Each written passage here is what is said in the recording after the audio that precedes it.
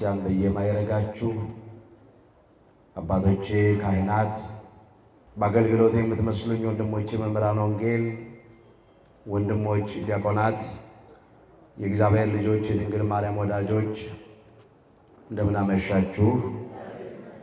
በቸርነቱ ሳይገባን የኃጢአታችንን ብዛትና የሰውነታችንን ክፋት ተመልክቶ ሳያጠፋን ዕድሜ ለንስሐ ሰጥቶ ዳግም በቅድስናው ስፍራ ሰብስቦ ስሙን እንድንጠራ ቃሉንም እንድንሰማ የፈቀደልን የአባቶቻችን የቅዱሳን አምላክ የሰራዊት ጌታ እግዚአብሔር ስለማይነገረው ስጦታው ክብርና ምስጋና ይግባው። የእናታችን የእመቤታችን የቅድስተ ቅዱሳን የድንግል ማርያም የወላዲተ አምላክ ረድኤትና በረከት ለዘላለሙ በሁላችን ላይ አድሮ ይኖር። የምስጢር ባለቤት እግዚአብሔር አምላካችን ለሁላችንም ምስጢሩን ገልጦ ያስተምረን። ይትተክዙ አትጨነቁ። የማቴዎስ ወንጌል ምዕራፍ 6 ቁጥር 25። ለዛሬ አምላካችን እግዚአብሔር እንደረዳን መጠን በሚኖረን ጊዜ የምንማርበት የትምህርታችን ርዕስ ይሆናል።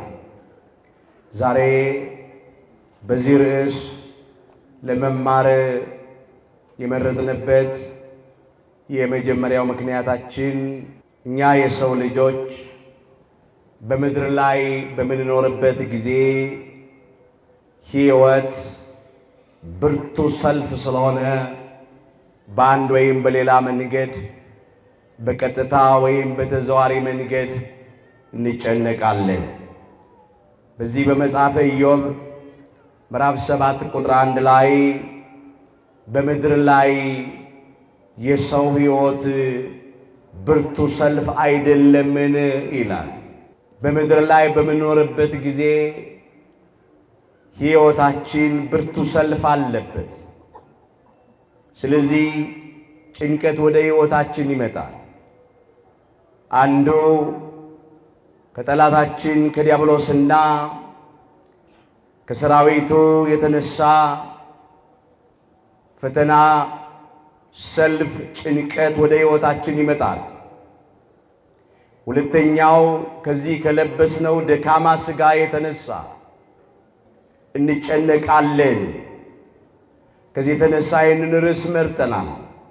ሁለተኛው በዚህ ርዕስ ለመማር የመረጥንበት ምክንያታችን አሁን ያለንበት ዘመን አስጨናቂ ዘመን ስለሆነ ነው። ቅዱስ ጳውሎስ ለተማሪው ለጢሞቴዎስ በጻፈው መልእክቱ ሁለተኛ ጢሞቴዎስ ምዕራፍ 3 ቁጥር 1 ጀምሮ በመጨረሻው ቀን የሚያስጨንቅ ዘመን እንዲመጣ ይህንን እወቅ ይላል። አሁን ያለንበት ዘመን ትንቢት የሚፈጸምበት ምሳሌ የሚደርስበት ዘመን ነው። የመጨረሻው መጀመሪያ ላይ በዋዜማው ላይ ነው ያለነው።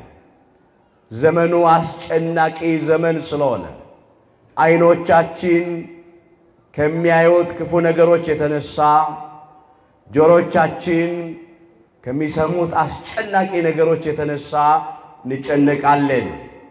ወይ በግል ሕይወታችን፣ ወይ በቤተሰብ ጉዳይ፣ ወይ በማህበራዊ ጉዳይ፣ ወይም በሀገር ጉዳይ፣ ወይም የቤተክርስቲያናችን ጉዳይ እንጨነቃለን። ዘመኑ አስጨናቂ ዘመን ስለሆነ ከጭንቀት እንድንረጋጋ፣ ከሐዘን እንድንጽናና፣ ከትካዜ ውስጥ እንድንወጣ ይህንን ርዕስ ኃይለ ቃል አድርገን አንስተናል። ይትተክዙ አትጨነቁ። የማቴዎስ ወንጌል ምዕራፍ 6 ቁጥር 25። በዚህ ርዕስ ውስጥ በመጀመሪያ አምላካችን ጌታችን መድኃኒታችን ኢየሱስ ክርስቶስ አትጨነቁ ያለን ለምን እንደሆነ እንመለከታለን። ሁለተኛ አትጨነቁ ካለን ከጭንቀት በምን መንገድ መውጣት እንደምንችል ተመልክተን ትምህርታችንን እንጠቀልለዋለን። አምላካችን እግዚአብሔር በነገር ሁሉ ማስተዋልን ይስጠን። አምላካችን ጌታችን መድኃኒታችን ኢየሱስ ክርስቶስ በመዋዕለ ስብከቱ ሕሙማነ ሥጋን በእጁ ተአምራት ሕሙማነ ነፍስን በቃሉ ትምህርት እየፈወሰ በሚመላለስበት ጊዜ ይህንን ቃል ተናግሮታል። አትጨነቁ ሲል ዛሬ በዚህ ርዕስ ውስጥ 7 ነገሮች እናነሳለን። የማንጨነቅበትን ምክንያት ማለት ነው። መቼስ ጭንቀት ወደ ሕይወታችን ይመጣል። አስቀድመን እንዳልነው ሕይወት በምድር ላይ ብርቱ ሰልፍ ስለሆነ ጭንቀት ያገኘናል። ዘመኑ ራሱ አስጨናቂ ስለሆነ እንጨነቃለን። ዕለት ዕለት ከምናየው ከምንሰማው ነገር የተነሳ እንጨነቃለን። ነገር ግን አትጨነቁ ሲለን አምላካችን ከነ መፍትሄው ነው። በመጀመሪያ አምላካችን እግዚአብሔር ለኛ ያስብልናልና ልንጨነቅ አይገባም። በዚህ በትንቢተ ኤርምያስ ምዕራፍ 29 ቁጥር 11 ጀምሮ ለናንተ የማስባትን ሐሳብ እኔ አውቃለሁ፣ ፍጻሜና ተስፋ እሰጣችሁ ዘንድ የሰላም ሐሳብ ነው እንጂ የክፉ ነገር አይደለም ይላል። አምላካችን እግዚአብሔር ይህንን ቃል ለጊዜው የተናገረው ለእስራኤል ዘሥጋ ነው። ፍጻሜው እስራኤል ዘነፍስ ለምንባል ለሐዲስ ኪዳን እስራኤሎች ለእኛም ለክርስቲያኖች የሚነገር ቃል ነው።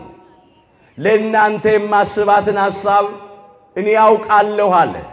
እኔ አውቃለሁ ሲል አውቄ አደርግላችኋለሁ ነው። አውቄ እሰጣችኋለሁ ማለቱ ነው። እግዚአብሔር ለኛ ያለው ሐሳብ የሰላም ሐሳብ ነው። የሕይወት ሐሳብ ነው። የደስታ፣ የእረፍት፣ የበረከት ሐሳብ ነው። አንድም ቀን እግዚአብሔር ለፍጥረቱ ክፉ አስቦ አያውቅም። ከኛ በላይ ለኛ የሚያስብልን አምላክ ስላለን ልንጨነቅ አይገባንም። ከኛ በላይ አምላካችን እግዚአብሔር ለኛ ያስብልናልና ጭንቀት የሚሆንብን ሐሳብ ሲበዛ ነው። ማሰላሰል ሲበዛ ነው። ከመጠን በላይ ከአቅማችን በላይ ስናስብ ስናሰላስል ያ ወደ ጭንቀት ይቀየራል። ጭንቀት ወደ ሕይወታችን በሚመጣበት ጊዜ እንዲህ እንበል፣ አምላካችን እግዚአብሔር ለኛ ያስብልናልና ለምን እንጨነቃለን እንበል። ለዚህም ነው ቅዱስ ጴጥሮስ ይህንን ያነሳው። እርሱ በሉ ስለ እናንተ ያስባልና የሚያስጨንቃችሁን ሁሉ በእርሱ ላይ ጣሉት። አንደኛ ጴጥሮስ ምዕራፍ 5 ቁጥር 7 እርሱ አለ የሁላችን አምላክ እግዚአብሔርን ነው። ስለ እናንተ አለ፣ ስለኛ ስለ ሁላችን ያስብልናልና የሚያስጨንቃችሁን ሁሉ በእርሱ ላይ ጣሉት አለ። በምንም ጉዳይ ልንጨነቅ አይገባም። የሚያስብልን አምላካችን እግዚአብሔር ስላለን፣ ስለዚህ የሚያስጨንቀንን ሁሉ በጸሎት ለእርሱ ማሳሰብ፣ በእርሱ ላይ መጣል ማለት ለእርሱ በጸሎት ማመልከት ነው። ለምን? እርሱ ከኛ በላይ ለኛ ያስብልናልና። የሚያስብልን አምላክ አባት እግዚአብሔር ስላለልን ልንጨነቅ አይገባንም። ሁለተኛ አትጨነቁ ያለን አምላካችን ጌታችን መድኃኒታችን ኢየሱስ ክርስቶስ ስለሚወደን ነው። እግዚአብሔር በባህሪው ፍቅር ነው። ቅዱስ ዮሐንስ በመልእክቱ ሲጽፍ አንደኛ ዮሐንስ ምዕራፍ 4 ቁጥር 8 ላይ እግዚአብሔር ፍቅር ነው ያለው። እግዚአብሔር ምንድን ነው? ፍቅር ነው። አምላካችን እግዚአብሔር ፍቅር አለው ብቻ አይደለም የምንለው፣ እግዚአብሔር ራሱ በባህሪው ፍቅር ነው። ፍቅር የፍቅር ምንጭ ነው። እግዚአብሔር ፍቅር ስለሆነ እግዚአብሔር ይወደናል። በእኛ ላይ ያለው ዓላማው ፍቅር ነው። ሶሎሞን በመኃልየ መኃልይ ዘሰሎሞን ምዕራፍ 2 ቁጥር 4 ላይ ይህንን መዝግቧል። በእኔ ላይ በሉ ያለው ዓላማውም ፍቅር ነው። አምላካችን እግዚአብሔር በእኛ ላይ ያለው ዓላማ ፍቅር ብቻ ነው። ከማህሌት በሚበልጠው ማህሌቱ፣ ከመዝሙር በሚበልጠው መዝሙሩ፣ ከምስጋና በሚበልጠው ምስጋናው ለእግዚአብሔር ሲቀኝ ነው እንዲህ ያለው፣ በእኔ ላይ ያለው ዓላማውን ፍቅር ነው አለ። እግዚአብሔር በእኛ በሰው ልጆች ላይ ያለው ዓላማ ፍቅር ብቻ ነው። እግዚአብሔር ስለሚወደን ልንጨነቅ አይገባንም። እግዚአብሔር እንዴት አድርጎ ነው የወደደን? እንዴትስ አድርጎ ነው የሚወደን? ጥቂት ነገሮች እናንሳ። እግዚአብሔር ለኛ ያለውን ፍቅር ማለት ነው። በገዛ ፈቃዱ ወዶናል። በገዛ ፈቃዴ በሉ እወዳችኋለሁ። ትንቢተ ሆሴዕ ምዕራፍ 14 ቁጥር 4 ላይ ተመዝግቧል። አምላካችን እግዚአብሔር ፍቅር የፍቅር ምንጭ ስለሆነ በገዛ ፈቃዱ ወዶናል፣ ይወደናል። እኛን የሚወድበት ፍቅሩ በገዛ ፈቃዱ የሆነ ፍቅር ነው። ሌላ ሁለተኛ አምላካችን እግዚአብሔር እኛ ሳንወደው እርሱ አስቀድሞ ወዶናል። እርሱ አስቀድሞ ወዶናልና ይላል። እዚህ አንደኛ ዮሐንስ ምዕራፍ 4 ቁጥር 19 ላይ እኛ እስከምንወደው አልጠበቀም፣ እሱ አስቀድሞ ወዶናል። ሶስተኛ አምላካችን እግዚአብሔር እንዲሁ ያለምንም ቅድመ ሁኔታ ያለምንም መስፈርት ወዶናል፣ ይወደናል። በተለይም አምላካችን ጌታችን መድኃኒታችን ኢየሱስ ክርስቶስ በመዋዕለ ስብከቱ ይሄንን እንዲህ ብሎ ተናግሯል። የዮሐንስ ወንጌል ምዕራፍ 3 ቁጥር 16 ላይ እግዚአብሔር አንድያ ልጁን እስኪሰጥ ድረስ ዓለሙን እንዲሁ ወዷልና ይላል። ሰዎች እንዲሁ ከመሬት ተነስተው ይጠሉናል። የኛ አምላክ እግዚአብሔር ግን ፍቅር ስለሆነ ያለምንም ምክንያት እንዲሁ ይወደናል። ክብረ ምስጋና ይግባው አምላካችን ጌታችን መድኃኒታችን ኢየሱስ ክርስቶስ እንዲሁ ወዶናል፣ እንዲሁም ይወደናል። አራተኛ አምላካችን እግዚአብሔር ገና ኃጢአተኞች ሳለን ወዶናል። ኃጢአተኞች ሳለን ክርስቶስ ስለኛ ሞቶልናልና እግዚአብሔር ለኛ ያለውን የራሱን ፍቅር ያስረዳል አለ ቅዱስ ጳውሎስ በዚህ በሮሜ መልእክቱ ምዕራፍ 5 ቁጥር 8 ላይ ገና ኃጢአተኞች ሳለን የሚወደድ ነገር የለንም።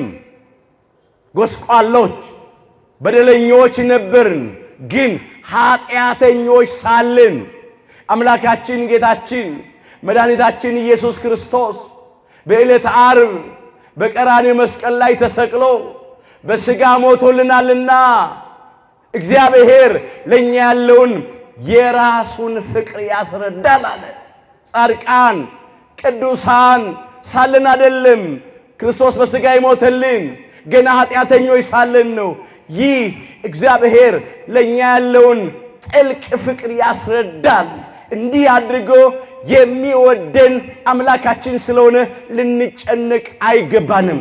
አምስተኛ ጠላቶቹ ሳለን የወደደንና የሚወደን አምላካችን ነው። እኛም ጠላዋለን፣ እሱ ግን ይወደናል።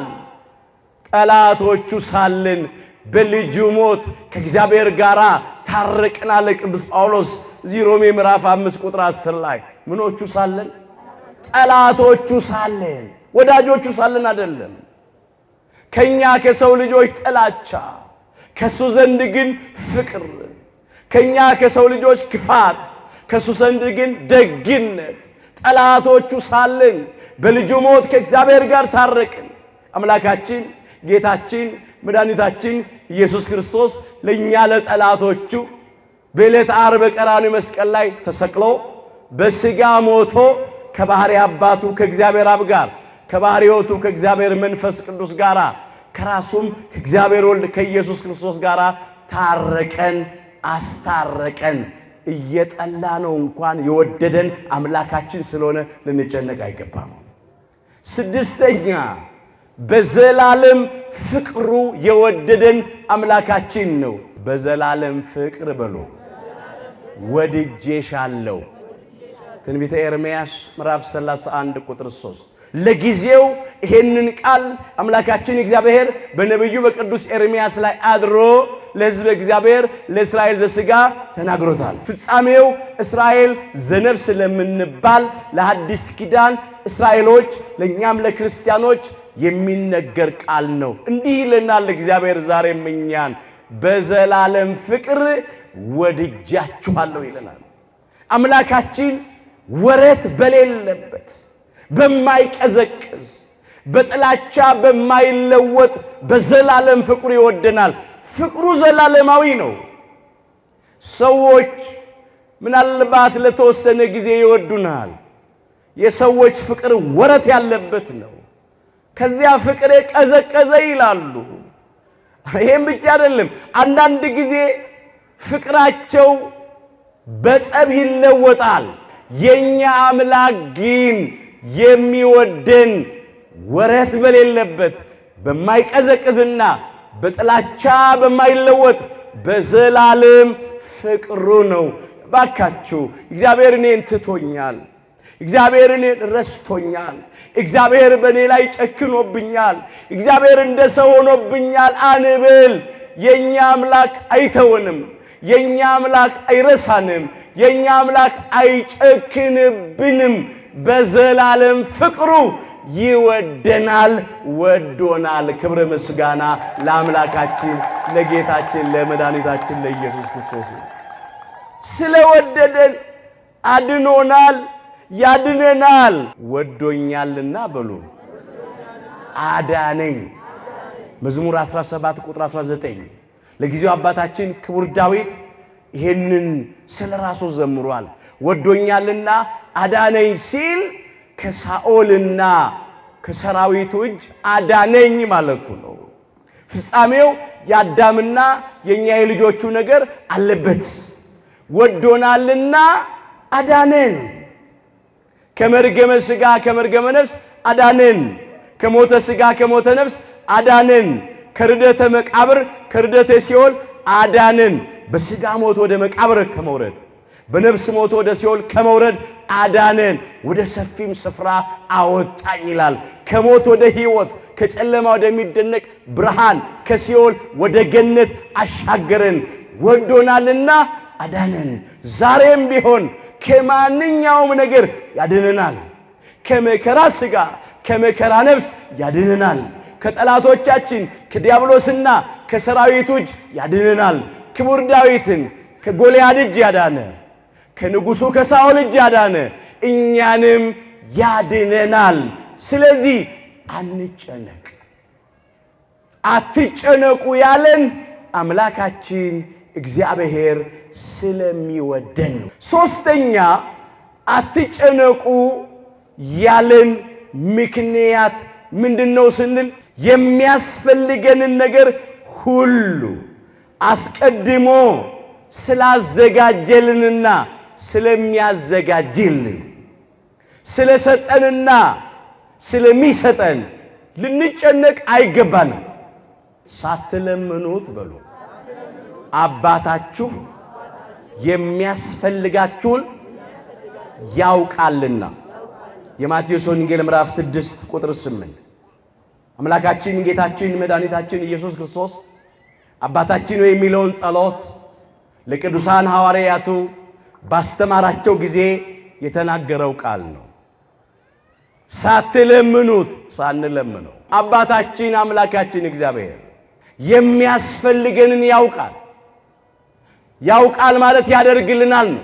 ጥቂት ነገር እናንሳ ይህንን ግልጽ ለማድረግ የመጀመሪያውን ሰው የሁላችንን አባት አዳምን ከመፍጠሩ አስቀድሞ ለአዳም የሚያስፈልገውን ነገር አምላካችን እግዚአብሔር ፈጠረ።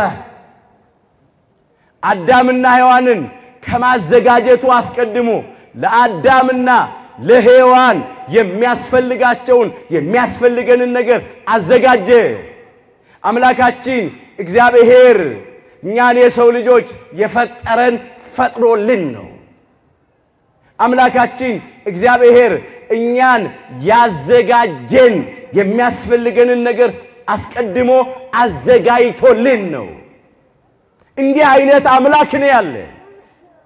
ሁሉ እኮ አስቀድሞ ተዘጋጅቷል። ለአዳምና ለሔዋን የሚኖሩበት ገነት ተዘጋጀ። የሚበሉት የፍራፍሬ የአትክልት አይነት ተዘጋጀ። የሚጠጡት ምንጭ ተዘጋጀ በገነት። እግዚአብሔር ጸጋውን አለበሳቸው። መብሉንም መጠጡንም ጸጋውንም መኖሪያቸውንም አዘጋጅቶ እኮ ነው። ምን ብቻ የዓይኖቻቸው ማረፊያ የሆኑ ነገሮችን እንኳን አዘጋጀ እግዚአብሔር። ለምናየውም እኮ ይጠነቀቃል የኛ አምላክ። በአፍንጮቻችን ለምናሸታቸው መልካም መዓዛዎች እንኳን እግዚአብሔር ያዘጋጃል። ግሩም ነው ስራው። ይሄንን አዘጋጅቶ ነው ከዚያ በኋላ አዳምና ሔዋንን ያዘጋጀው። አስቀድሞ አዘጋጀ።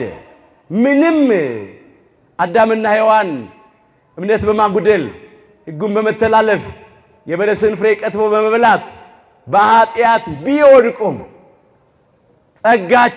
ጸጋችንን ብንገፈፍም ልጅነታችንን ብናስነጥቅም አምላካችን ግን አስቀድሞ የሚያስፈልገንን ነገር አዘጋጅቷል፣ ያዘጋጃል። እኮ የእግዚአብሔር ሥራ ነው። ሁሉን በሉ ያዘጋጀ እግዚአብሔር ነው። ዕብራውያን ምዕራፍ 3 ቁጥር 4 ለሰው ልጆች የሚያስፈልገንን ነገር በሙሉ ያዘጋጀልን እግዚአብሔር ነው። ዛሬም የሚያዘጋጅልን እግዚአብሔር ነው። እስቲ የራሳችንን ነገር እንየው። አምላካችን እግዚአብሔር በእጆቹ አበጃጀን፣ በመዳፎቹ ቀረጸን፣ ግሩምና ድንቅ አድርጎ ሰራን። ይሄን ማስተዋል ያስፈልጋል። እጆች ሰሩኝ አበጃጁኝም እንዳስተውል አድርገኝ ይላል መዝሙር 118 ቁጥር 73 ላይ። አምላካችን እግዚአብሔር በአራያውና በመልኩ ፈጠረን፣ ግሩምና ድንቅ አድርጎ ፈጠረን። ለመጀመሪያዎቹ ሰዎች ለአዳምና ለሔዋን የሚያስፈልጋቸውን ነገር አስቀድሞ አዘጋጀን ያልነው በእነሱ በኩል ለእኛም የተዘጋጀ ነው።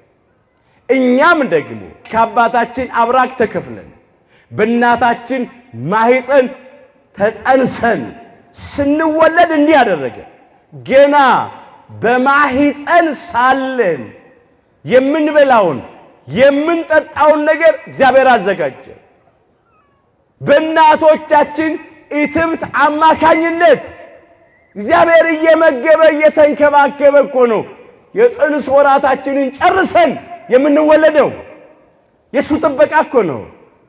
እናቶቻችን የበሉት ምግብና የጠጡት መጠጥ ተጭኖን አልገደለንም፣ እግዚአብሔር ስለጠበቀን። ስንወለድ ደግሞ አስቡ፣ ከመወለዳችን አስቀድሞ አምላካችን እግዚአብሔር የእናቶቻችን ጡቶች ወተት እንዲያግቱ ያደርጋቸዋል።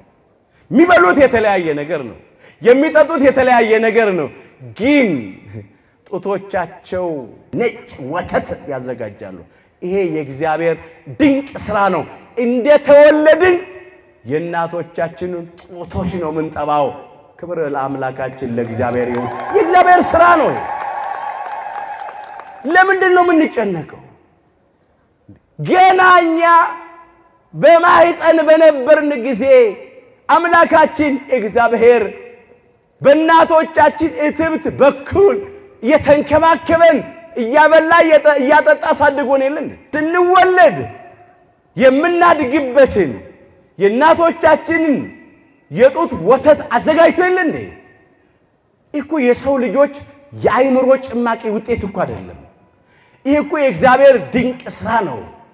ለአንድ ሕፃን ልጅ እንደ እናት ጡት ወተት ያለ ተስማሚ ምግብ የለም። በየትኛውም ፋብሪካ የተዘጋጀ የሕፃናት አልሚ ምግብ ቢኖር፣ የተመጣጠነ ምግብና መጠጥ ቢኖር እንደ እናት ጡት ወተት ግን አይሆንም። የኛ አምላክ ይሄንን አዘጋጀ። ሳትለምኑት አባታችሁ የሚያስፈልጋችሁን ያውቃል። ይሄን ማሰብ ያስፈልጋል። አምላኬ ሳለምነው የሚያስፈልገኝን አውቆ ይሰጠኛል፣ ያደርግልኛል። ስለዚህ ለምን እጨነቃለሁ ማለት ነው እንጂ የምናስበው ይሆን አይሆን፣ የምንለምነው ይፈጸምልን ይሆን አይፈጸምልን ይሆን ብለን መጨነቅ አይገባንም። እንዴት ሆናለሁ እንዴትስ አደርገዋለሁ ማለት የለብንም። አምላካችን እግዚአብሔር የሚያስፈልገንን አውቆ የሚሰጠን አምላካችን ነው። ይህንን ማስተዋል ያስፈልጋል። አራተኛ አትጨነቁ ያለበት ምክንያት ምንድን ነው ስንል የበለጠውን ነገር ስለሰጠን ያነሰውን ነገር አይነሳንም። ብዙውን ነገር ስለሰጠን ስላደረገልን ጥቂቱን ነገር አይከለክለንም። ወደ ተነሳንበት እንመለስ። እንዲህ ነው ያለው አምላካችን ጌታችን መድኃኒታችን ኢየሱስ ክርስቶስ ስለ ነፍሳችሁ አለ በምትበሉትና በምትጠጡት ወይም ስለ ሰውነታችሁ በምትለብሱት አትጨነቁ አለ። ለምን? ነፍስ ከመብልና ከመጠጥ ሰውነትስ ከልብስ አይበልጥምን አለ። ስለ ነፍሳችሁ በሉ በምትበሉትና በምትጠጡት አትጨነቁ፣ ስለ ሰውነታችሁም በምትለብሱት አትጨነቁ። መብልን መጠጥን ለነፍስ ሰጥቶ ተናገረ። ምክንያቱ እንዲህ ነው፣ የበሉት የጠጡት ደም ይሆናል። ነፍስ ደግሞ በደም ውስጥ ታድራለች። እስመ ነፍስ ተሃድር በደም ይላል። ነፍስ በደም ውስጥ ታድራለች። ኦሪት ዘፍጥረት ምዕራፍ 9 ቁጥር 4 የነፍስ ማደሪያዋ ደም ነው፣ የበሉት የጠጡት ደግሞ ደም ይሆናልና ስለ ነፍሳችሁ አለ በምትበሉትና በምትጠጡት አትጨነቁ አለ። እንግዲያውማ የነፍስ ምግቧ የእግዚአብሔር ቃል እኮ ነው። ሲሲታ ለነፍስ ቃል እግዚአብሔር ውእቱን ያለው ሊቁ የነፍስ ምግቧ የእግዚአብሔር ቃል ግን ማደሪያዋ ደም ስለሆነ መብልን መጠጥን ለነፍስ ሰጠ። ቀጠለና ስለ ሰውነታችሁም በምትለብሱት ምን አትበሉ አትጨነቁ አለ። ልብስን ደግሞ ለሰውነት ሰጠ። አሁን ልብስ ባንለብስ ራቁታችንን ብንሆን የምታፍር ነፍስ ናት ወይ ስጋ ነው? ነፍስ ናት። ለዚህ ምን እናንሳ? አንድ ሰው ነፍሱ ከስጋው ከተለየች ስጋው ቢለብስ ባይለብስ ራቁቱን ቢሆን ቢሸፈን የሚሰማው ነገር አለ የለም። ነፍሱ ምን ስላለች? ስለተለየች። የምታፍር ነፍስ ሆና ሳለ ልብስን ግን ለማሰጠ ለሰውነት ሰጠ። ምንም የምታፍረው ነፍስ ቢሆንም ተሸፍኖ ተሸልሞ አምሮበት የሚታይ ይሄ አካል ነው፣ ይሄ ሰውነት ነው፣ ስጋችን ነው። ስለዚህ ልብስን ለማሰጠ ለሰውነት ሰጠ። ስለ ሰውነታችሁ በምትለብሱት አትጨነቁ አለ።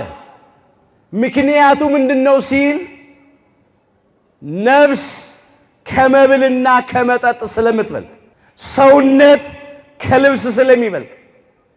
በሌላ ስፍራ አምላካችን ጌታችን መድኃኒታችን ኢየሱስ ክርስቶስ የተናገረውን ቃል ወንጌላዊ ቅዱስ ሉቃስ መዝግቦታል። የሉቃስ ወንጌል ምዕራፍ 12 ቁጥር 22 ጀምሮ እንመልከት። ለደቀ መዛሙርቱም እንዲህ ያላቸው ይላል፣ ለነፍሳችሁ በምትበሉት ወይም ለሰውነታችሁ በምትለብሱት አትጨነቁ። ነፍስም ከመብል ሰውነትም ከልብስ ይበልጣልና አለ። የበለጠውን ስለሰጠን ያነሰውን አይነሳንም ያልነው። የበለጠው ተሰጠን። ነፍስን የሰጠን አምላካችን እግዚአብሔር እንዴት እዳሪ የሚሆን መብል መጠጥ የሚሻግት እንጀራ እንዴት ይከለክለናል? የበለጠችው ነፍስ እኮ ተሰጥታናለች። የእግዚአብሔር መንፈስ በሉ ፈጠረኝ፣ ሁሉንም የሚችል የአምላክ እስትንፋስ ሕይወትን ሰጠኝ። መጽሐፈ ኢዮብ ምዕራፍ 33 ቁጥር 4።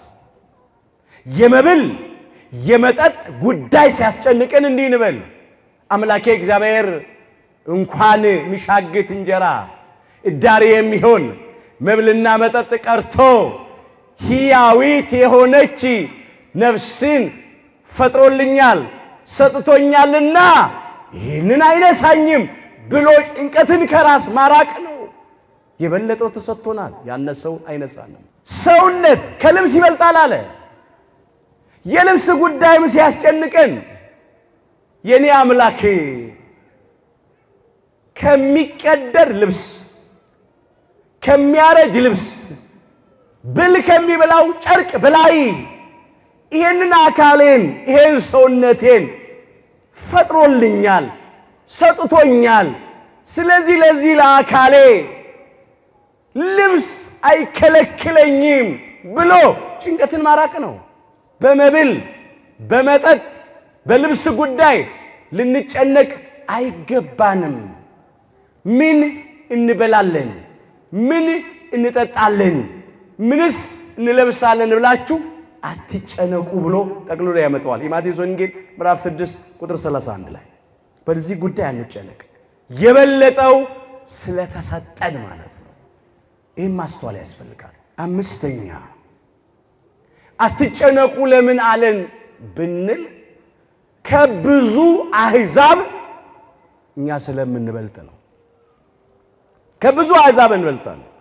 አምላካችን እግዚአብሔር እንኳን ለኛ በስሙ ለተጠራ ነው ለልጆቹ ለአምልኮቱ ለምንበረከከው ለክብሩ ለምንዘምረው ጧት ማታ ደጅ ለምንጠናው እርሱን ተስፋ ለምናደርገው ቀርቶ ለአሕዛብም እንኳን ያስባል። አሕዛብን እንኳን ችላ አይልም አይረሳም። በዚህ በማቴዎስ ወንጌል ምዕራፍ 6 ከቁጥር 31 እንግዲህ ምን እንበላለን፣ ምንስ እንጠጣለን፣ ምንስ እንለብሳለን ብላችሁ አትጨነቁ ይላል። ይህንስ በሉ አሕዛብ ሁሉ ይፈልጋሉ፣ ይህ ሁሉ እንዲያስፈልጋችሁ የሰማዩ አባታችሁ ያውቃልና። ስለዚህ እኛ ልንጨነቅ አያስፈልግም። ለምን? አምላካችን እግዚአብሔር እንኳን እኛን አሕዛብን እንኳን ያበላል፣ ያጠጣል፣ ያለብሳል። ለአሕዛብ እንኳን የሚያስፈልጋቸውን ነገር ያደርጋል። አሁን እዚህ ጋር አሕዛብ ያላቸው የሕዝብ ቁጥር ብዛት አይደለም። አሕዛብ የሚለው አረማውያንን፣ ኢአማንያንን፣ ያላመኑ ያልተጠመቁትን፣ ጣዖት አምላክያንን ነው፣ ስድ የሚኖሩትን ነው። አምላካችን እግዚአብሔር የሁሉ ፈጣሪ ነው፣ የሁሉ መጋቢ ነው። አሕዛብን እንኳን ቸል አይላቸው። ይሄንን አሕዛብ ሁሉ ይፈልጋሉ።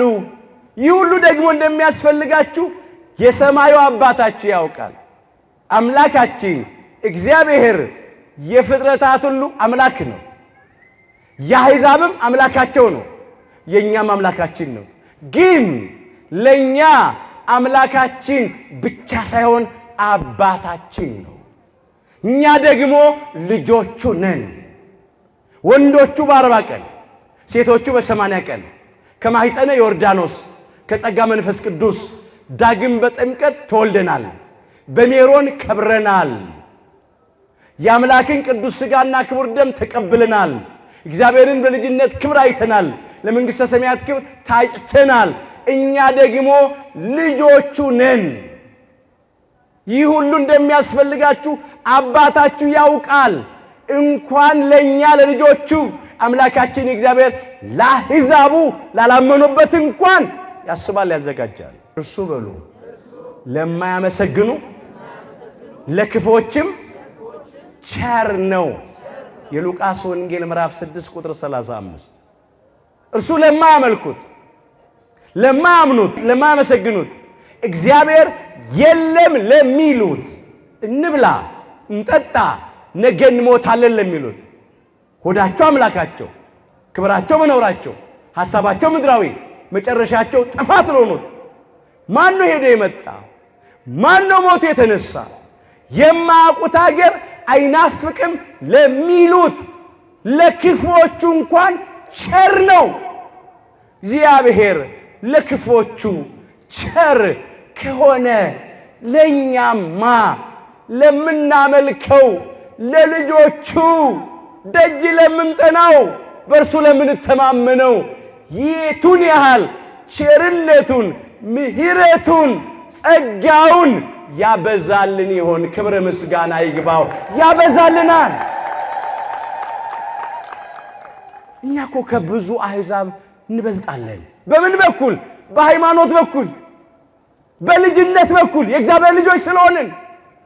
ስለዚህ ያንን ማሰብ ጭንቀት ወደ ሕይወታችን ሲመጣ እንኳን ያመንኩበት እንኳን እኔ ልጁ ቀርቶ ያላመኑበትም አሕዛብ በልተው ጠግበው ይኖራሉ፣ ሞልቶላቸው ይኖራሉ። እኔ ምን ይጎርላብኛል? እግዚአብሔርን የሚያክል አባት እያለኝ፣ እግዚአብሔርን የሚያክል አምላክ እያለኝ ብለን ጭንቀትን ከኛ ሕይወት ማራቅ ነው እንጂ መጨነቅ አይገባንም። ለዚህ ነው አትጨነቁ ያለው። አስተውሉ ወገኖቼ፣ እግዚአብሔር እኮ ከፍቅሩ የተነሳ ሁሉንም ነው እኮ የሚመግበው። ለሰው ፊት እኮ አይቶ አያዳላም። በዚህ በማቴዎስ ወንጌል ምዕራፍ 5 ቁጥር 45 ላይ እርሱ ይላል በክፎችና በበጎች ላይ ፀሐዩን ያወጣልና ይላል፣ በጻድቃንና በኃጢአተኞችም ላይ ዝናቡን ያዘንባልና ይላል። አምላካችን እግዚአብሔር ፀሐዩን ሲያወጣ ዝናቡን ሲያዘንብ ሰው አልመረጠም። አማኒ ከሃዲ፣ ጻድቅ ኃጥእ፣ ቅዱስ ርኩስ፣ ቡሩክ ርጉም አላለም። ለሁሉ ፀሐዩን ያወጣል፣ ለሁሉ ዝናቡን ያዘንባል። በዝናብ እያበቀለ በፀሐይ እያበሰለ የሚመግበን አምላካችን እግዚአብሔር ነው። በነፃ ያለ ዋጋ ለሁሉ ይህንን ሰጠ። እስቲ አስቡት፣ ለፀሐይ ዋጋ ቢጠየቅ ማን መክፈል ይችላል? በፀሐይ ብርሃን የምንጠቀመው ሙቀቱን የምንሞቀው ልብሳችን የምናደርቅበት በምንድን ነው? በነፃ ነው። በሰዎች እጅ እኮ ቢሆን ኖሮ ወይ ሰው ይመረጥበታል ወይ ዋጋ ይጠየቅበታል። ቆጣሪ ገጥመው እያነበቡ ዋጋ ይጠይቁን ነበር።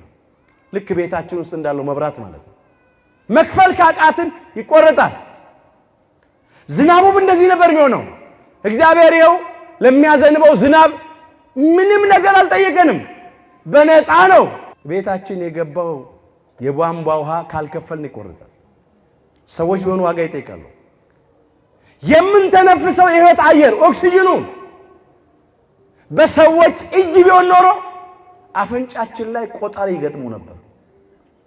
እያነበቡ የሚችሉ ይክፈሉ፣ መክፈል ያልቻሉ ግን በህይወት አይኖሩ ነበር የሚሉት። እኛም ታመን ወይም ወገኖቻችን ታመው ሐኪም ቤት የመተንፈሻ አካላችን ተጎድቶ የኦክሲጅን አየር ተሰጥቶን ይሆናል። ያን ጊዜ የሚጠየቀውን ዋጋ እናውቀዋለን። እስቲ እናስተውል። በህይወታችን ዘመን ሙሉ እስከ ዛሬ ድረስ የምንተነፍሰውን አየር በነፃ ያለ ዋጋ ሰጠን፣ ምንም አልጠየቀንም። ክብር ምስጋና ይግባው አምላካችን እግዚአብሔር።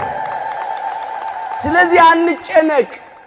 እንኳን ለኛ ለአሕዛብ እንኳን እግዚአብሔር ስለሚያደርግ አንጨነቅ። አይረሳንም፣ አይተወንም። ስድስተኛው አትጨነቁ ያለው ከብዙ የሰማይ አዕዋፋት የምድር እንስሳትና አራዊት እኛ ስለምንበልጥ ነው። በዚህ በማቴዎስ ወንጌል ምዕራፍ 6 ቁጥር 26 ጀምሮ ወደ ሰማይ ወፎች ተመልከቱ አለ። አይዘሩም፣ አያጭዱምም፣ በጎተራም አይከቱም፣ የሰማዩ አባታችሁም ይመግባቸዋል አለ። እናንተ ከእነርሱ እጅግ አትበልጡምን አለ። ይህም ማስተዋል ያስፈልጋል። አሁን ደግሞ እንዳንጨነቅ ከሰማይ አዕዋፋት እንድንማር አስተማረ አምላካችን። ወደ ሰማይ ወፎች ምን በሉ ተመልከቱ፣ አስተውለን እንመልከት። ዘር የላቸውም፣ አይዘሩም፣ ማጭድ የላቸውም፣ አያጭዱም፣ ጎተራ ዕቃ ቤት የላቸውም፣ በጎተራ አይጨምሩም። ግን የሰማዩ አባታችሁ ምን ይላቸዋል? ይመግባቸዋል። አባትነቱ ለእኛ ለልጆቹ ነው። ለሰማይ አዕዋፋት ለምድር እንስሳትና አራዊት ግን ፈጣሪ አምላካቸው ነው እንጂ አባታቸው አይደለም። እነሱ ልጆቹ አይደለም። ልጆቹ እኛ ነን። እኛ እኮ ከብዙ አዕዋፋት እንበልጣለን። ከብዙ እንስሳት፣ ከብዙ አራዊት፣ ከብዙ ድንቢጦች እኛ እንበልጣለን። የሰማይ አዕዋፋትን የምድር እንስሳትና አራዊትን እግዚአብሔር ከመገበ ለነሱ የሚያስፈልጋቸውን ካደረገ ለኛማ የቱን ያህል። አባታችን ክቡር ዳዊት ሲዘምር በመዝሙር 146 ቁጥር 9 ላይ እንዲህ ያለው ለሚጠሩት ለቁራዎች ጫጩቶች ለእንስሶችም ምግባቸውን ይሰጣል። የኛ አምላክ ለአንክሮ ለተዘክሩ የተፈጠሩትን ሞተው ፈርሰው በስብሰው የሚቀሩትን ከሞት በኋላ ሕይወት ከመቃብር በኋላ ትንሣኤ የሌላቸውን እንስሳቱን፣ አራዊቱን፣ የሰማይ አዕዋፋቱን እንኳን ቸል አይልም። ከእንስሳት ከአራዊት ከአዕዋፋት ተፈጥሮ እኮ የኛ የሰው ልጆች ተፈጥሮ ይበልጣል። እግዚአብሔር አምላክም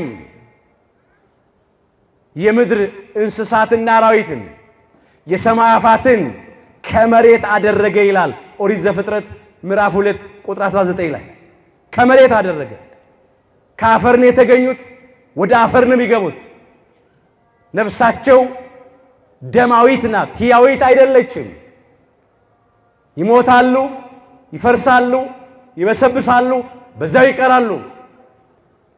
እነኝን እንኳን እግዚአብሔር ቸል አይልም፣ አይዘነጋም።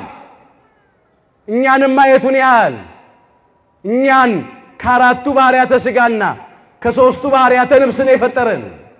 እግዚአብሔር አምላክም ሰውን ከምድር አፈር አበጀው፣ በአፍንጫውም የሕይወትን እስትንፋስ ይፋለበት ነው የሚለው ኦሪት ዘፍጥረት ምዕራፍ 2 ቁጥር 7 ላይ አራቱ ባህሪያተ ሥጋ የምንላቸው አፈር ወይም መሬት፣ ውሃ፣ እሳትና ነፋስ ናቸው። እነኚህ ምድራዊ ናቸው፣ ፍጥረታዊ ናቸው፣ ሟች፣ ፈራሽ፣ በስባሽ ናቸው። ሦስቱ ባህሪያተ ነፍስ የምንላቸው ነፍሳችን ለባዊት ናት፣ አዋቂት ነፍስ፣ የምታስብ የምትመራመር ነፍስን ያለች ልብ አለን። ነፍሳችን ነባቢት ናት፣ ነባቢነት አለን። ቃል፣ አንደበት፣ ቋንቋ፣ ልሳን አለን። ነፍሳችን ሕያዊት ናት፣ ሕያዋን ዘላለማውያን ነን። እኛንማ የቱን ያህል እግዚአብሔር ያስብልን ይሆን ያደርግልን ይሆን? ወደ ሰማይ ወፎች ተመልከቷል። የሰማይ አዋፋትን የምድር እንስሳትና አራዊትን የሚመግብ አምላክ፣ የሚያስፈልጋቸውን የሚያደርግላቸው አምላክ ለኛማ በአራያው በመልኩ ለፈጠረን የቱን ያህል አብዝቶ ያደርግልን ይሆን? ወፎችንም ቸል አይልም፣ ትንኝንም በምግብ አይዘነጋም። የኛ አምላክ ሁልጊዜ ይህንን ማሰብ ያስፈልጋል። አሁን እዚህ ላይ የሰማይ ወፎችን ተመልከቱ ሲል እንዳንጨነቅ ያነሳውን አይዘሩም፣ አያጭዱም፣ በጎተራ አይከቱም ቢል አይሰሩም ማለት ግን አይደለም። አንዳንድ ሰው ይህን ጥቅስ ይጠቅስና የሰማይ ወፎችን እኮ ተመልከቱ ተብሏል ብሎ ሚተኛ ሰው አለ፣ ስራ ማይሰራ ሰው አለ። መጽሐፍ ምን ይላል? ሊሰራ የማይወድ አይብላ ይላል። ሁለተኛ ተሰሎንቄ ምዕራፍ 3 ቁጥር 10 ላይ ለመብላት መስራት ግድ ነው። ላብን ማፈስ ወዝን ማንጠፍጠፍ ግድ ነው እንጂ በስንፍና ልንኖር አልተፈቀደልንም። ምንም የሰማይ አፋት ዘር ባይኖራቸው ባይዘሩ፣ ማጭድ ባይኖራቸው ባያጭዱ፣ ጎተራ ባይኖራቸው በጎተራ በዕቃ ቤት ባይከቱም ግን ስራ እኮ ይሰራሉ። በክንፋቸው ይበራሉ። በአፋቸው ጥሬ ካለበት ፈልገው ይለቅማሉ።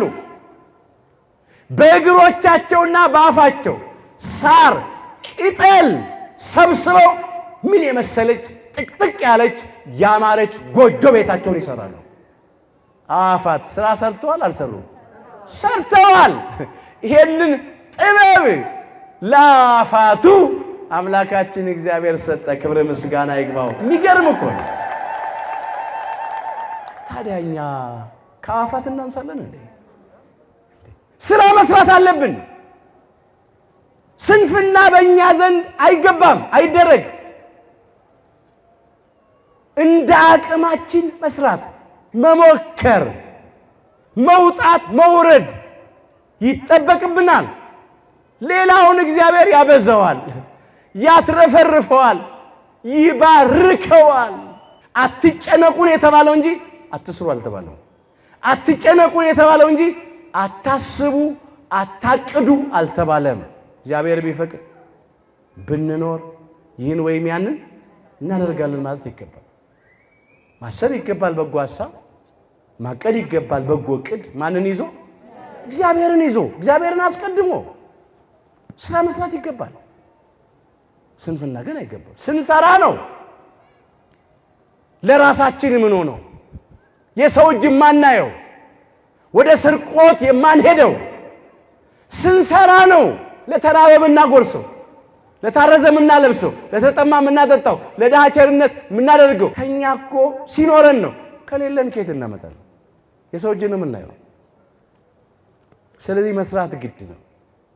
አትጨነቁ የተባልነው እንኳን እኛን የሰማይ አዕዋፋትን የምድር እንስሳትና አራዊትን እግዚአብሔር ምን ስለሚያደርግ ነው? ስለሚመግብ ነው። ከነሱ ተፈጥሮ ደግሞ የኛ የሰው ልጆች ተፈጥሮ ይበልጣልና።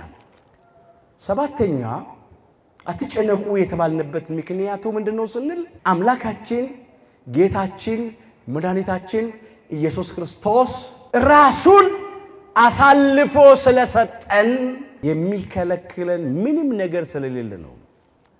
ራሱን የሰጠን አምላክ ምን ይከለክለናል?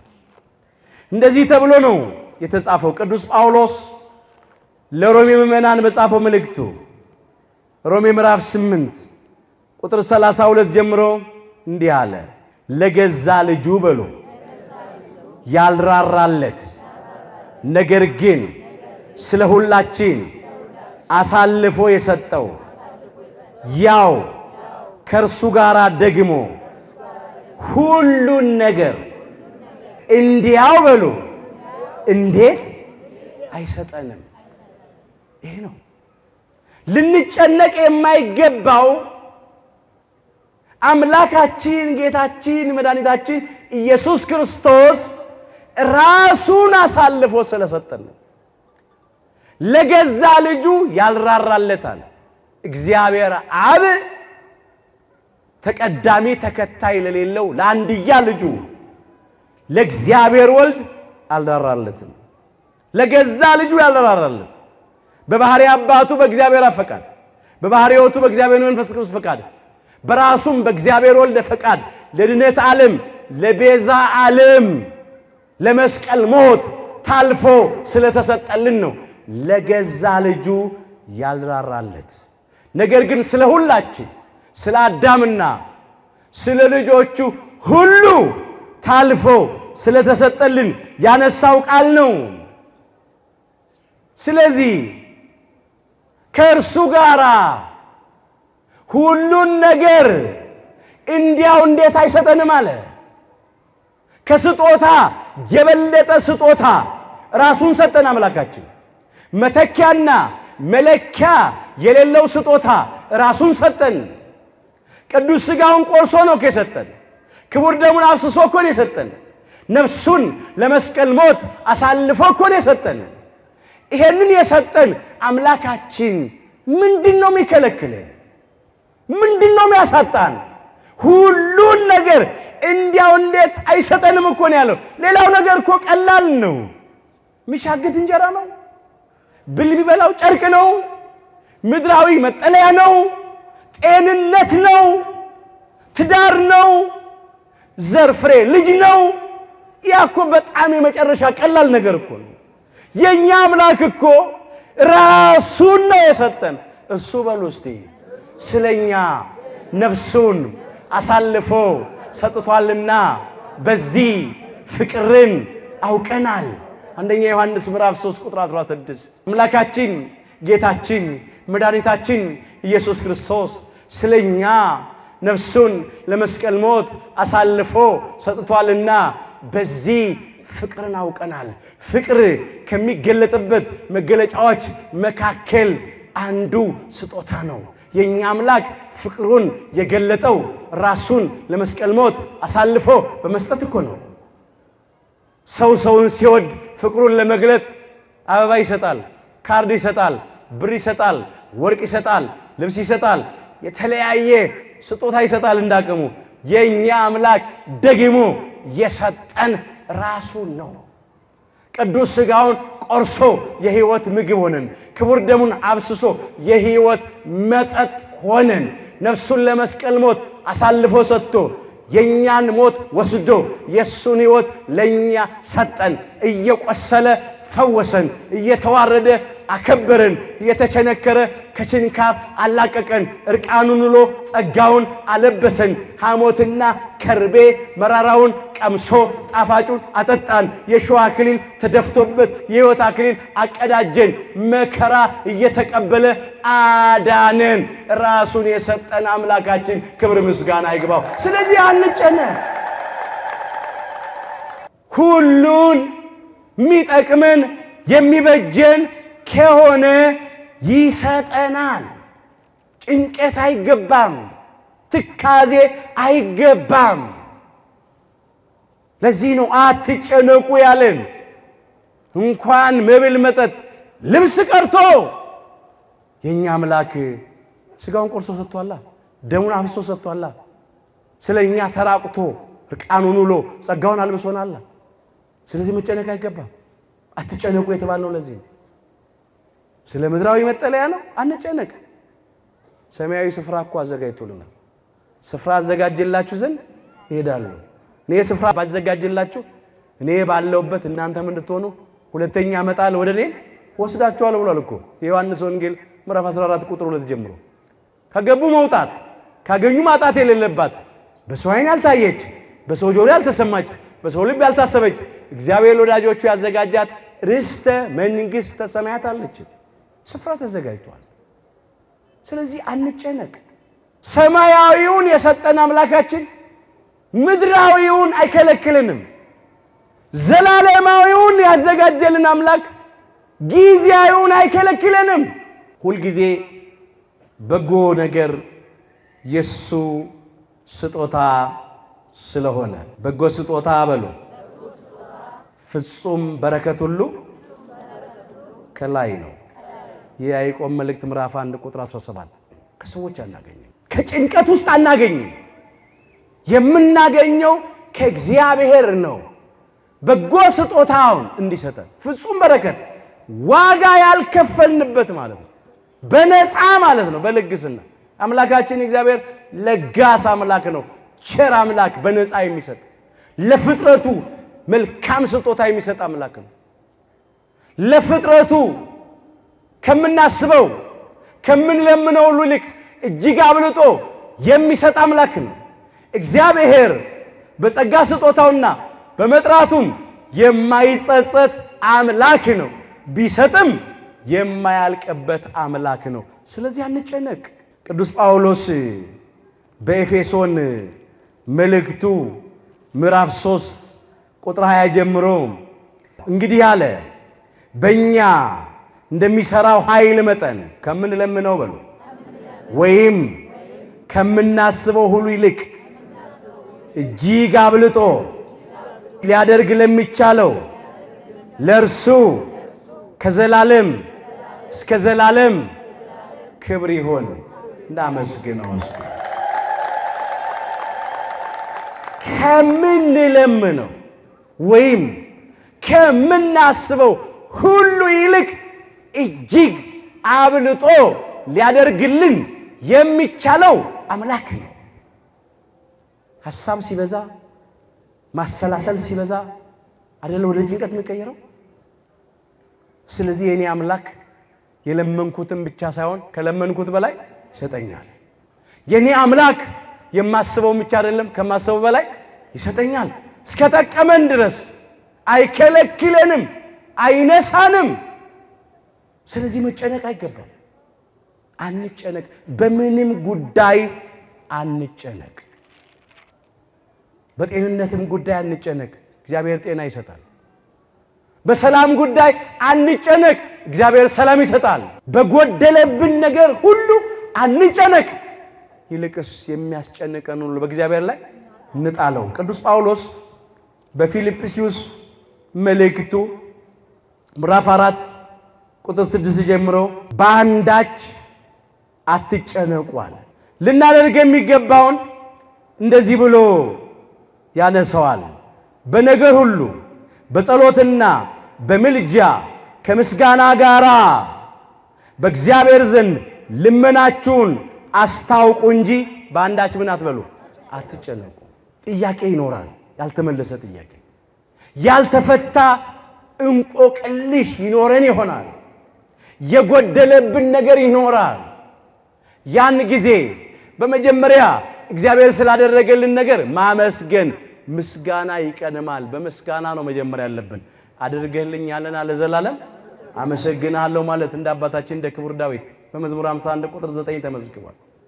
ስለማይነገረው ስጦታው እግዚአብሔር ይመስገን ማለት ሁለተኛ ቆሮንቶስ ምዕራፍ 9 ቁጥር 15 ተመዝግቧል። እንደ ቅዱስ ጳውሎስ መጀመሪያ ምስጋና ይቀድማል። ከጎደለብን በላይ የሞላልን ብዙ ነው። አልተቀበልንም፣ አልተደረገልንም ከምንለው በላይ የተቀበልነው እግዚአብሔር የሰጠን ብዙ ነው። ስለዚህ በሆነብን ነገር ሳይሆን ስለሆነልን እግዚአብሔርን ማመስገን ይገባል። ክብር ምስጋና ይግባው። ስለማይነገር ስጦታው እግዚአብሔር ይመስገን። መጀመሪያ ምስጋና፣ ከዚያ በኋላስ ልመና፣ ምልጃ፣ ጸሎት። ስለ ራሳችን ብቻ አይደለም፣ ስለ ሌላውም መለመን። ምን ብሏል የኛ አምላክ? ለምኑ ይሰጣችሁማል፣ መዝጊያን አንኳኩ ይከፈትላችሁማል፣ እሹ ታገኙማላችሁ። የማቴዎስ ወንጌል ምዕራፍ 7 ቁጥር 7 ጀምሮ እንለምን እግዚአብሔር ይሰጠናል፣ እናንኳኳ ይከፍትልናል፣ እንሻ እናገኛለን። የትኛውም ልጅ አባቱን አባዬ ራበኝ ዳቦ አብላኝ ብሎ ቢለምነው ድንጋይ አይሰጠውም፣ በዳቦ ፋንታ ዳቦ ይሰጠዋል። እንዲያውም ያንን ጠንካራውን ከላይ ያለውን ትቶ ከውስጥ ያለውን እያወጣ ለስላሳውን ነው የሚያጎርሰው።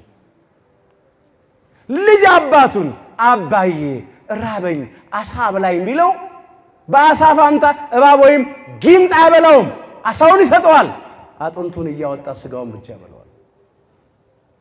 እናንተ ክፉዎች ስትሆኑ አለ ለልጆቻችሁ መልካም ስጦታ መስጠት ካወቃችሁ አለ የሰማዩ አባታችሁ ማየቱን ያህል።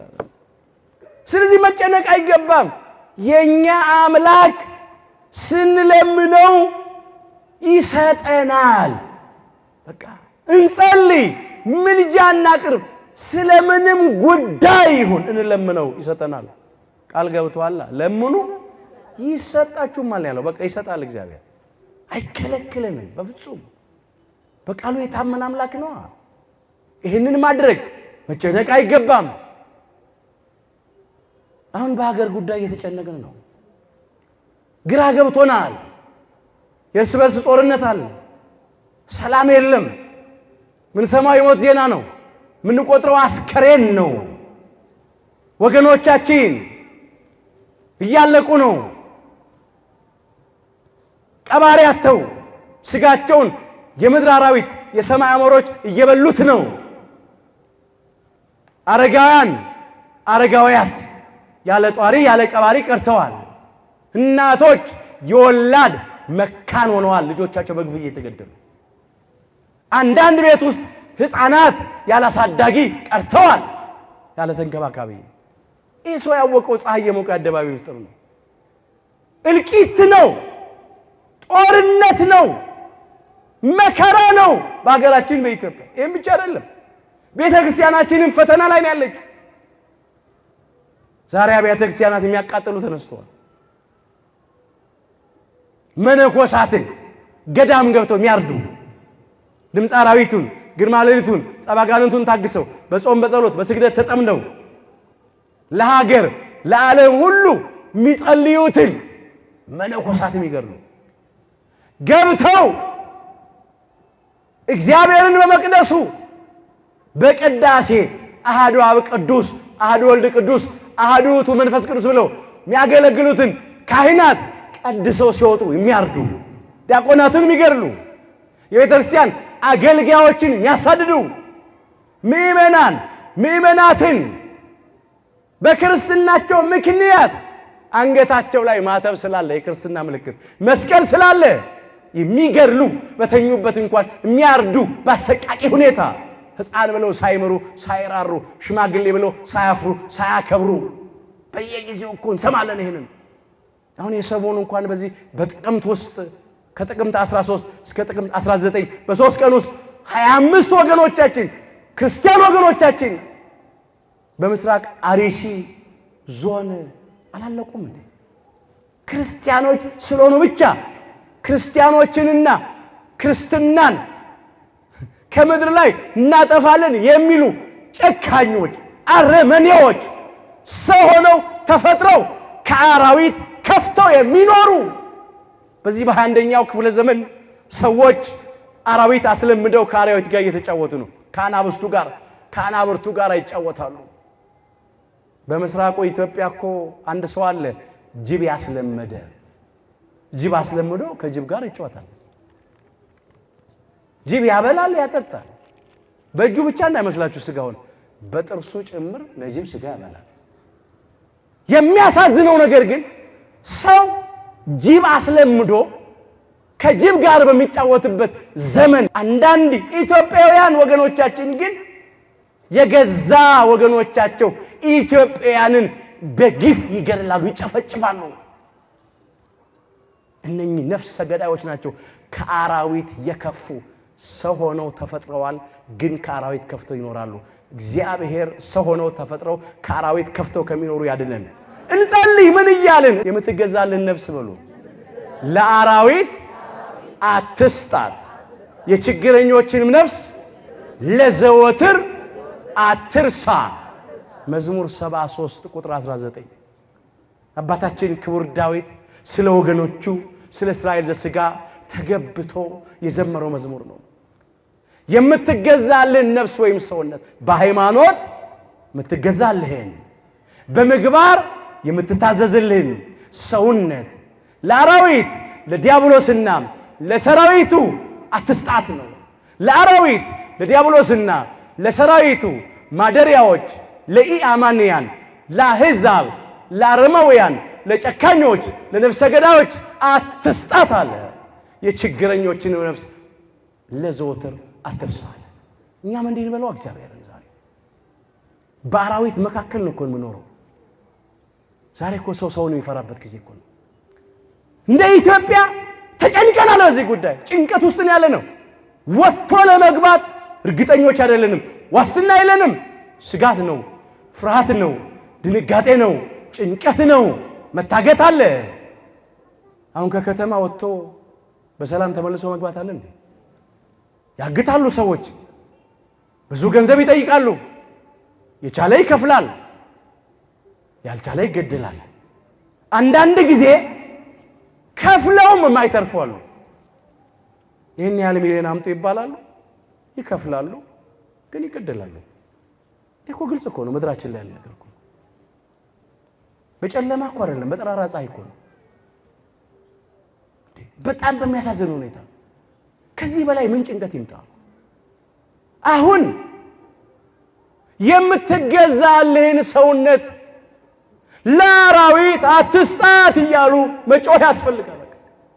ልመናችንን ጸሎታችንን በእግዚአብሔር ዘንድ ማስታወቅ፣ በአንዳች አለመጨነቅ።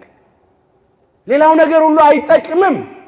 የሚያድነን የሚረዳን ይህን የመከራ ቀን ሊያሳጥርልን የሚችለው አምላካችን እግዚአብሔር ብቻ ነው። በተጨነቁ ጊዜ በሉ ወደ እግዚአብሔር ጮሁ፣ ከመከራቸውም አዳናቸው። መዝሙር 106 ቁጥር 6 በተጨነቁ ጊዜ ወደ ማጮሁ ወደ እግዚአብሔር ጮሁ። ለጊዜው ለእስራኤል ዘሥጋ ተነግሯል። እስራኤል ዘሥጋ በተጨነቁ ጊዜ ወደ እግዚአብሔር ጮሁ፣ ከመከራቸውም አዳናቸው። ዛሬ በእርስ በርስ ጦርነት የምንጨነቅ፣ በመፈናቀሉ በገዛ ሀገር ስደተኛ በመሆን የምንጨነቅ ወደ እግዚአብሔር እንጮህ።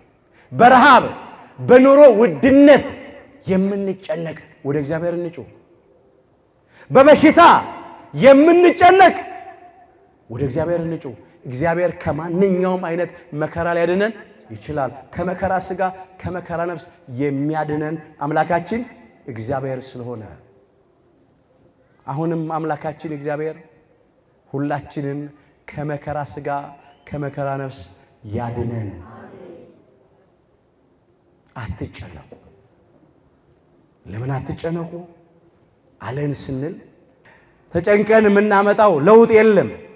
እንመለስ እዚያው ርዕስ አድርገን የተነሳንበት ክፍል ላይ የማቴዎስ ወንጌል ምዕራፍ 6 ቁጥር 27 ከእናንተ ተጨንቆ በቁመቱ ላይ አንድ ክንድ መጨመር የሚችል ማን ነው ይላል። ማንም ሰው አይችልም። የቀረበውን አናርቅም፣ የራቀውን አናቀርብም፣ ያጠረውን አናስረዝምም፣ የረዘመውንም አናሳጥርም። ተጨንቀን የምናመጣው ምንም በጎ ነገር የለም። ስለዚህ ምን አትበሉ አለ፣ አትጨነቁ አለ። ስለ ትላንትና እንጨነቅ። አልፏላ፣ የፈሰሰዋ አይተፈስም። ከኛ ቁጥጥር ውጪ ነው። በቃ ልንመልሰው አንችልም። ወደ ኋላ ሄደን መጨነቅ አይገባል። ወደፊትም ሄደን መጨነቅ አይገባል። ለምን? ገና አልደረስንበትም፣ አልያዝነውም። ስለ ነገ አትጨነቁ፣ ለቀኑ ክፋቱ ይበቃዋል ይላል እዚሁ ማቴዎስ 6 ቁጥር 34 ላይ። ስለ ነገም አትጨነቁ፣ ስላልደረስንበት። እንደር አንደር እንኳን እናውቀው። ስለ ነገም አንጨነቅ። ስለ ነገ አይደለም፣ ስለ ዛሬም እንኳን አንጨነቅ። ዛሬ የድርሻችን እንወጣ። ተጨንቀን የምናመጣው ለውጥ የለም። የሰማይ አምላክ እግዚአብሔር ያከናውንልናል። እኛ ባሪያዎቹ ተነስተን እንሰራለን። መጽሐፈ ነህምያ ምዕራፍ 2 ቁጥር 20 እኛ ዛሬ ተነስተን እንስራ፣ የድርሻችን እንወጣ፣ ከዛ ሌላውን ለእግዚአብሔር እንስጥ። እግዚአብሔር ያበዛዋል፣ ያስተካክለዋል፣ ያሳምረዋል እሱ እንጂ ዛሬ እንኳን መጨነቅ የለብንም። ጭንቀት እብደት ነው የሚያመጣው። አንዳንድ ወገኖቻችን መንገድ ለመንገድ ሲሄዱ ብቻቸውን የሚያወሩት ተጨንቀው ነው። ጨርቃቸውን ጥለው ያበዱት፣ መርዝ ጠጥተው ታንቀው የሚሞቱት እኮ በጭንቀት እኮ ነው። ጭንቀት ሞትን ያመጣል። አንዳንድ ጊዜ ጨለማው የማይበራ ይመስላል፣ ሌሊቱ የማይነጋ ይመስላል። ግን አምላካችን እግዚአብሔር ጨለማውን ያበራዋል፣ ሌሊቱም ይነጋል። ለእርሱ በደመና ውስጥ ቀስተ ደመና አለ፣ በወጀብና በአውሎ ነፋስ ውስጥም መንገድ አለው። ተራራውን ደልዳላ ሜዳ ያደርጋል፣ ባህሩን ይከፍላል፣ እንደ ግድግዳ ያቆማል፣ እንደ ሳር ክምር ያደርጋል፣ ሕዝቡን በደረቅ ያሻግራል። የእሳትን ኃይል ያጠፋል፣ አመፀኞችን፣ ግፈኞችን፣ ክፉዎችን እግዚአብሔር ይገስጻል። አይዟችሁ የኛ ነገር አለቀ አትበሉ፣ የኛ ነገር አበቃ አከተመ አትበሉ። እግዚአብሔር ጊዜ አለው። የእግዚአብሔርን ጊዜ በትዕግስት እንጠብቅ። አናማርር፣ አናጉረምርም፣ አንጨነቅ። ብቻ እግዚአብሔርን ተስፋ አድርገን እንጠብቅ። ሕዝቤ በሉ ለዘላለም አያፍርም። ትንቢተ ኢዩኤል ምዕራፍ 2 ቁጥር 27 በፍጹም አያሳፍረን። አሁን ምናልባት አፍረናል፣ ተዋርደናል፣ ግራ ገብቶናል፣ ተጨንቀናል። ግን ይህም ቀን ያልፋል።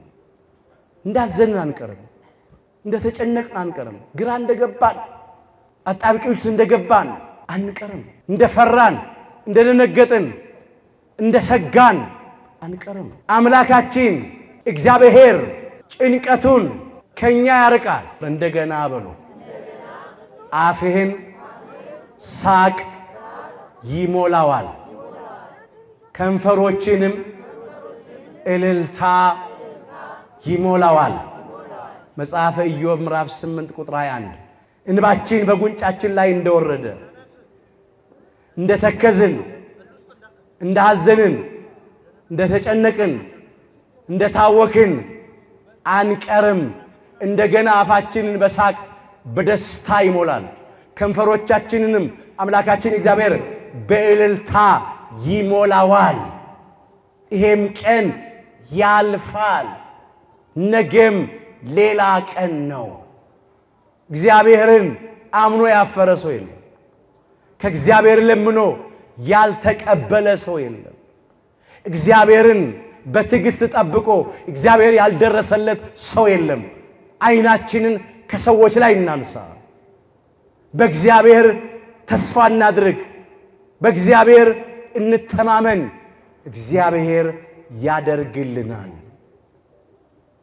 ምናልባት ሰዎች ያላወቁልን እኛና እግዚአብሔር የምናውቀው ብዙም ያስጨንቀን፣ ብዙም ያስተክዘን፣ ብዙ ከቀቢጸ ተስፋ ከመቁረጥ ሊያደርሰን የፈለገ ነገር ይኖራል በሕይወታችን። ግን በምንም ውስጥ ብናልፍ ተስፋ አንቁረጥ። ጭንቀት መጨረሻ ቢያመጣው ተስፋ መቁረጥ ነው። እኛ ግን ተስፋ አንቁረጥ። የእኛ አምላክ ሲነሳ የዘገየ ቢመስልም ሲደርስ የሚቀድመው የለም። ሰው ሲጨርስ አምላካችን እግዚአብሔር መስራት ይጀምራል። ያለቀ የተቆረጠን ነገር እግዚአብሔር እንደገና ይቀጥላል። ዛሬም በተጨነቅንበት፣ ባዘንበት፣ በተከዝንበት በሀገራችን በኢትዮጵያ በሰላሙ ጉዳይ፣ በቤተ ክርስቲያናችን ጉዳይ አምላካችን እግዚአብሔር ሁላችንን ከጭንቀታችን ያረጋጋል። ይህንን የመከራ ቀን ያሳጥርልን፣ የቆረጥነውን ተስፋችንን ይቀጥልልን፣ እንባችንን ከዓይኖቻችን ላይ ያብስልን፣ ሐዘናችን ለደስታ ልቅሷችንን ለሳቅ ይቀይርልን። እንደገና ይህም የመከራ የችግር የጭንቀት የሐዘን ዘመን አልፎ የደስታው የሰላሙ የጤንነቱ የበረከቱ ዘመን ተመልሶ መጥቶ እግዚአብሔርን በመቅደሱ ስለ ቸርነቱ እንድናመሰግነው ይርዳን።